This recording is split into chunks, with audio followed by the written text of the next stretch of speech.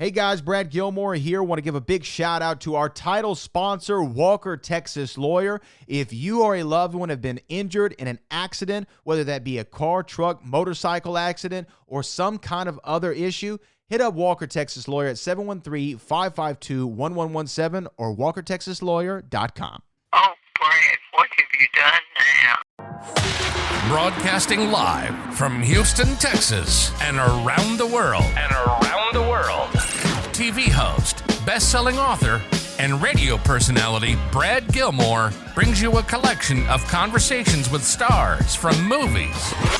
Matthew McConaughey. Brad Gilmore. Mark Wahlberg. Hey, how are you? The legendary Mr. Christopher Lloyd. Christopher, how are we doing? I'm doing good. Great introduction. Jessica Alba and Lizzie Mathis. Ladies, thank you so much for joining me. Thank you. Kevin Costner joins us. Thank you so much. Thank you. Television. Jimmy Fallon joins us this morning. Jimmy, how you doing, my friend? Good morning. Thank you so much, Brad, for having me. I appreciate this, bud. Kelly Ripa. Brad, thank you for having me. Comedy. Jay Leno joins us. Jay, how you doing? Hey, Brad, what's going on? Chris Tucker is in the building. Chris Tucker, good morning to you. Hey, Brad, good morning to you. How are you? George Lopez joins us right now. George, how are you doing, sir? Good morning. Music. Lola Monroe. Thank you. Thank you for having me. The legendary frontman of AC/DC, Brian Johnson, joins us right now. Brian, how you doing? Good morning, Brad. What lovely to talk to me. Funny lad. Megan Trainor. Thank you so much, Brad. You're awesome. Chloe Bailey joins us. I appreciate the time. Appreciate you. And more. This is The Collection. Now your host, The Boat. Brad Gilmore!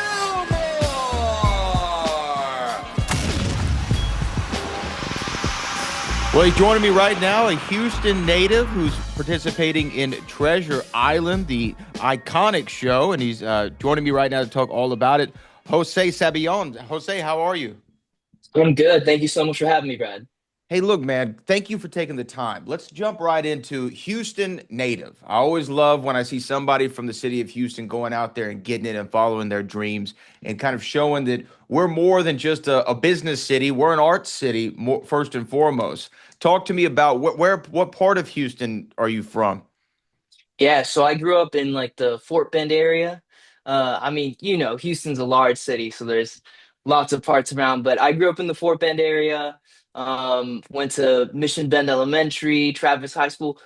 I came back a week ago or 2 weeks ago to Houston to visit my folks, and the elementary school I grew up in is gone. I mean, the city has blown up since I lived there. So it's great. Shout out to Houston, man. I love it. So, okay, when did the bug kind of get implanted in you? Was it there at Travis High when you were in the theater program, or when did it kind of hit you? Oh man, if you ask my parents, when I was a kid, I would learn a song at school and I would ask them to call my uncle and I would sing the song to my uncle. So like that's their version of the story. But for me, it's been a journey. I had an amazing theater teacher in middle school, amazing theater teacher in high school.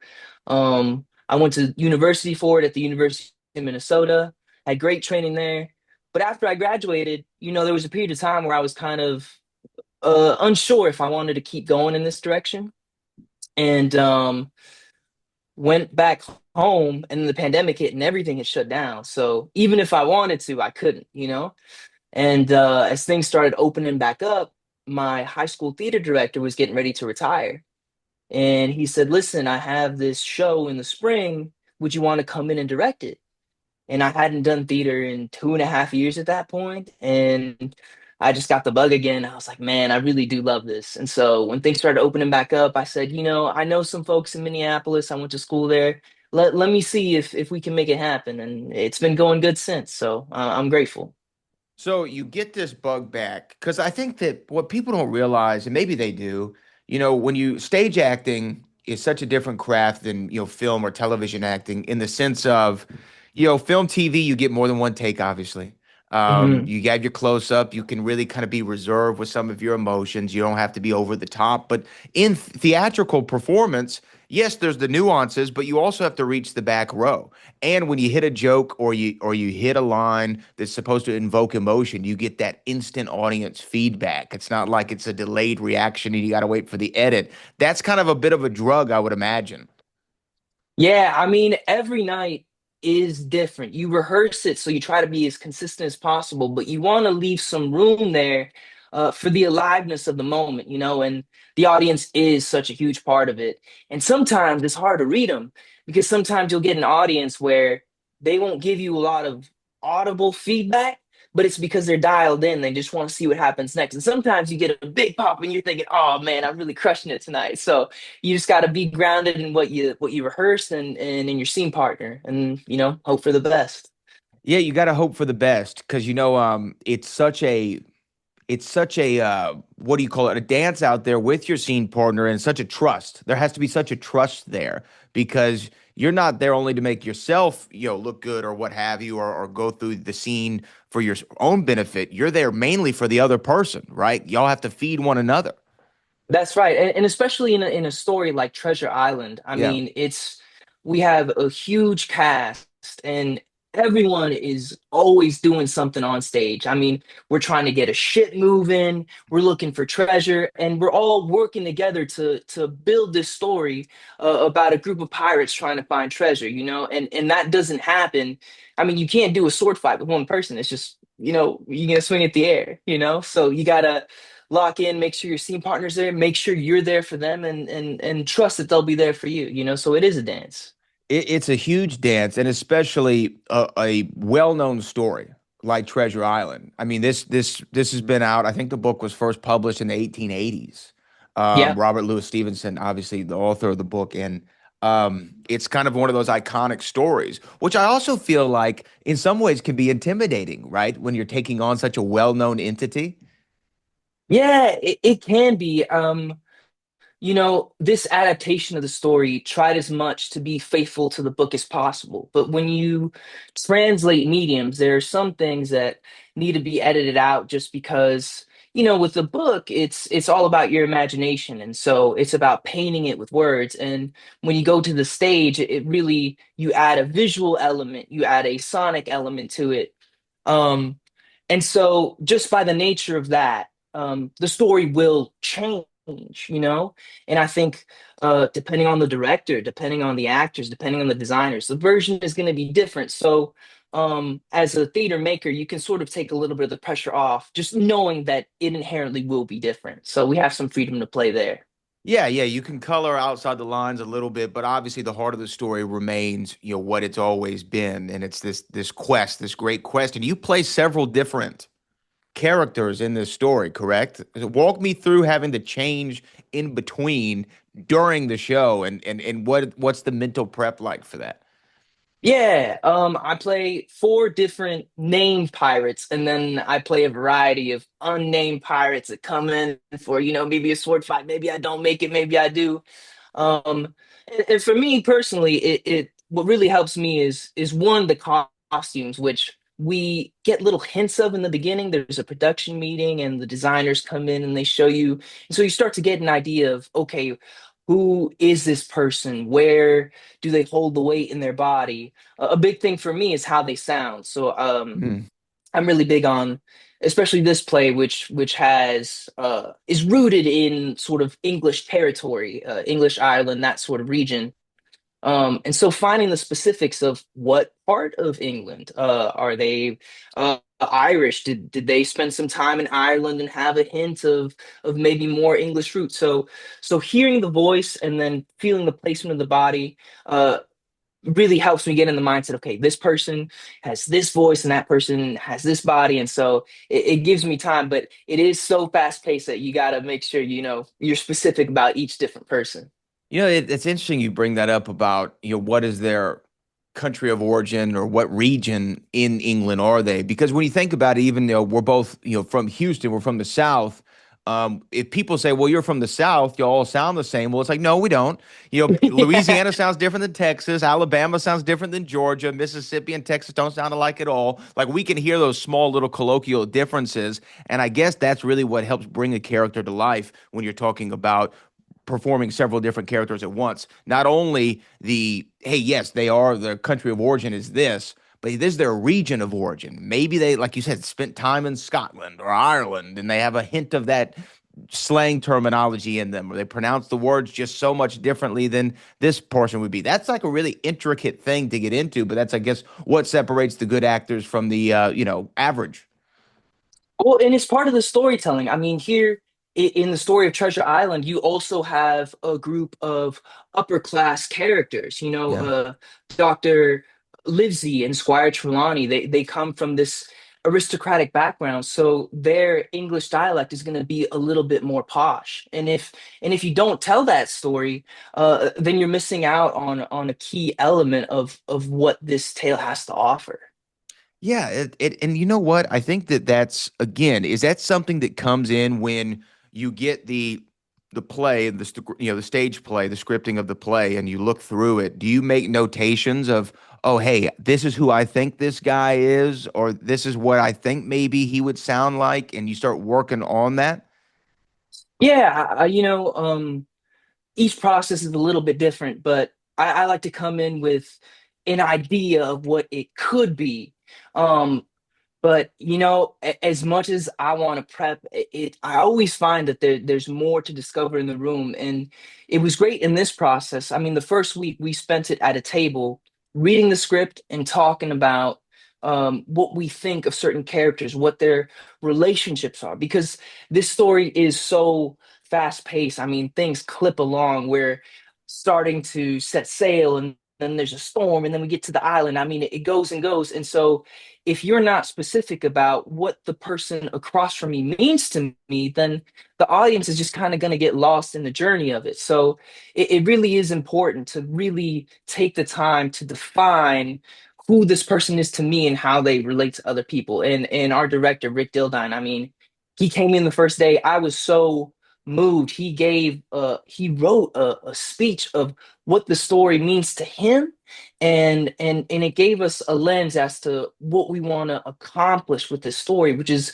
the story of a boy who grew up in a town and has read all these books and has the inspiration for adventure, and then the call to adventure comes. And so how does he respond? And within this adventure he meets this crew of wacky, dangerous, interesting characters, and how these characters shapes the person that he eventually can become. And that's our job to offer that to the audience. To translate that through the story and be able to make sure that it lands with the audience. But it's interesting. You actually just gave me my next segue, which was going to be, when you think of this story, what does Treasure Island represent to you? You kind of just illuminated ourselves, me and the audience, a little bit on your thinking there. But what does this story mean to you, and why do you think Treasure Island has had that ability to sustain and stay relevant throughout all these years? Because we live in a time, Jose, where there's so much content and so much intellectual property out there that has been developed for the stage screen and the like. Why has this story lasted the test of time? I think part of it is, at its root, it's a coming of age story. uh, um, a lot of the times in the script, it'll repeat, it'll rhyme, it'll have this through line of, "You're not a man yet, Jim." Jim is the main kid, the protagonist. "You're not a man yet, Jim. Oh, you don't have what it takes to be a man." Um, and I think about when I was a kid, and what that question was when I looked at the role models that I had in my life, and what I took from them. We live in a day and age, as you were saying, with social media, where kids have access to a lot of different influences. And so I think what's great about this story is, as a kid, you have the call to adventure, the wonder of a new world that you could step into, and of course the action and the sword fighting, which is always cool. I mean, I remember watching the Pirates of the Caribbean and being blown away myself. But then you come to it as an adult and you think, wow, man, I mean, all of these pirates uh have a role in the shaping of this kid's vision of what the world is. And we as adults have a degree of responsibility as to what role, what influence we can have on a young person.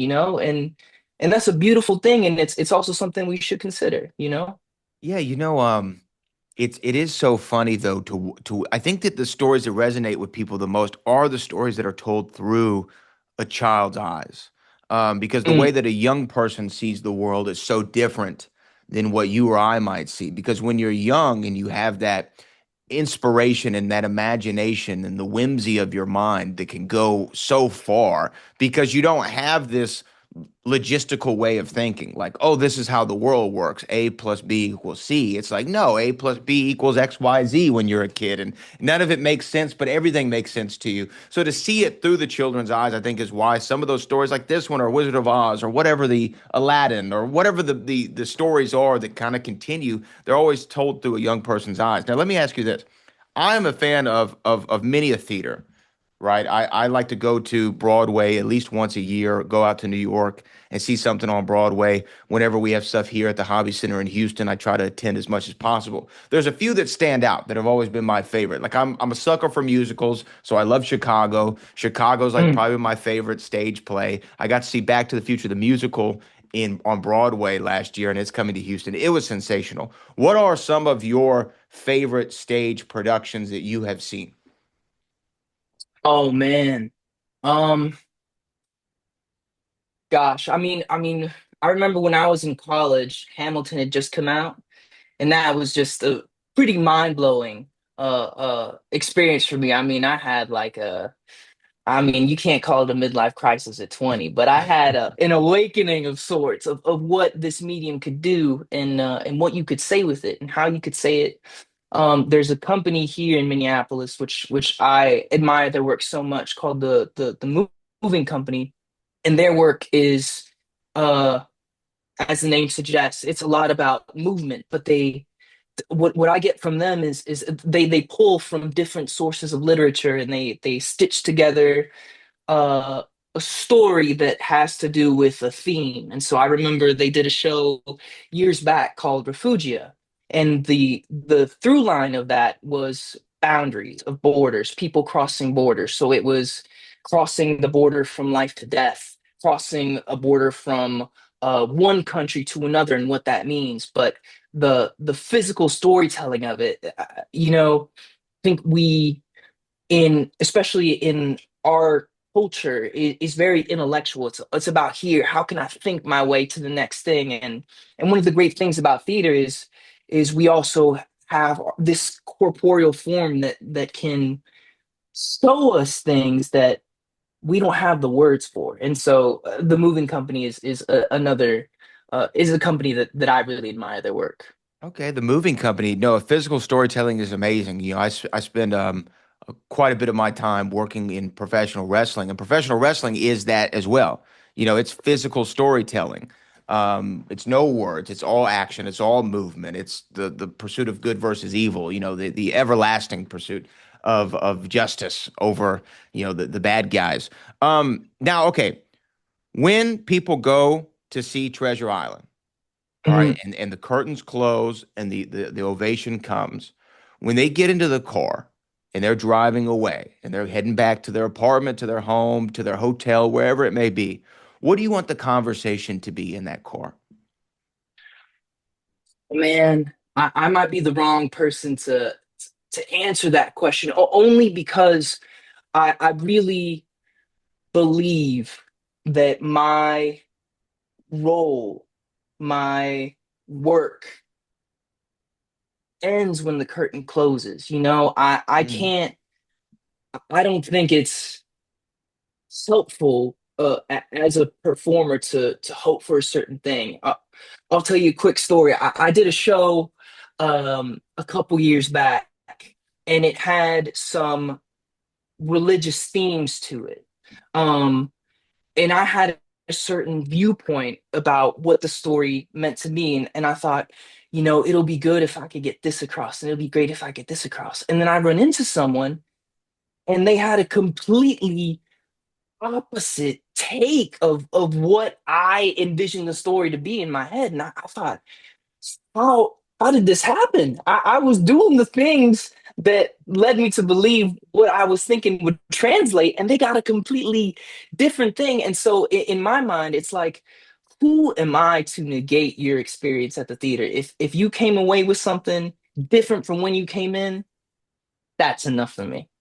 Well, I love it, man. I love it. I love it. And you're going to be performing several different roles as a part of this production of the classic Treasure Island, a Houston native. It's always great to talk to another one. If people want to reach out to you and get in touch with you and give you anything that they see from the show or what have you, or just pick your brain about acting in the world of, how could they reach out to you?